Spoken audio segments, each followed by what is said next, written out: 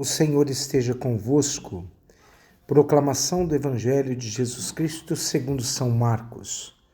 Naquele tempo, Jesus tomou consigo Pedro, Tiago e João e os levou sozinho a um lugar à parte, sobre uma alta montanha, e transfigurou-se diante deles. Suas roupas ficaram brilhantes e tão brancas como nenhuma lavadeira sobre a terra poderia alvejar. Apareceram-lhe Elias e Moisés, estavam conversando com Jesus.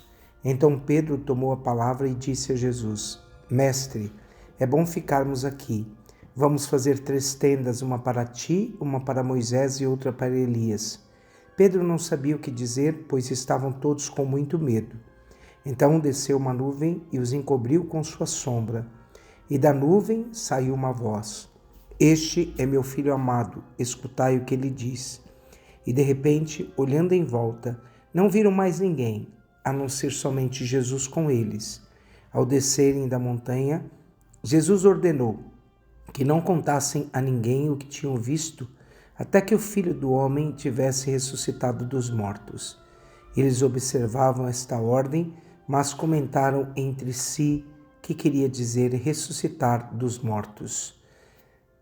Bem, meus irmãos e minhas irmãs, nós estamos hoje vivendo a solenidade da transfiguração do Senhor.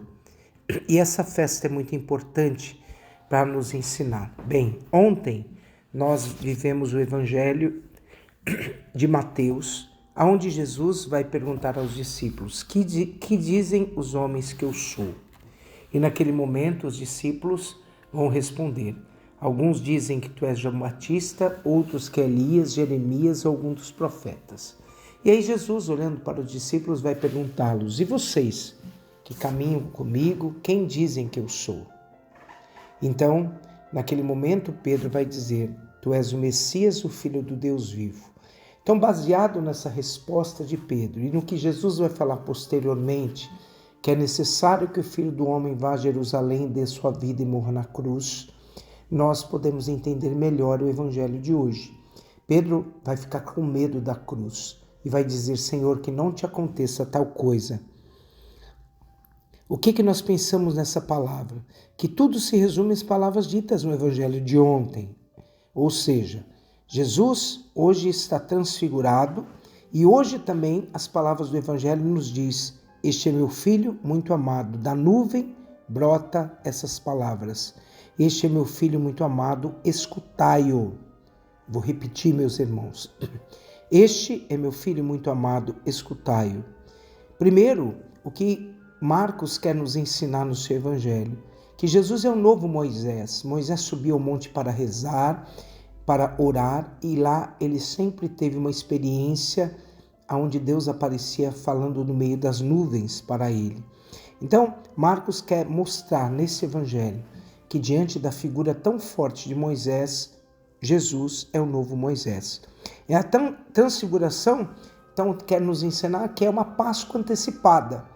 Jesus fala da cruz e depois na Páscoa ele vai carregar a cruz. Então, Jesus ressuscita dos mortos para mostrar que Deus não vai ficar preso à morte. A transfiguração revela que Deus antecipa a sua Páscoa para fortalecer a fé dos discípulos. Isso ajudaria os discípulos a entenderem profundamente a linguagem da cruz.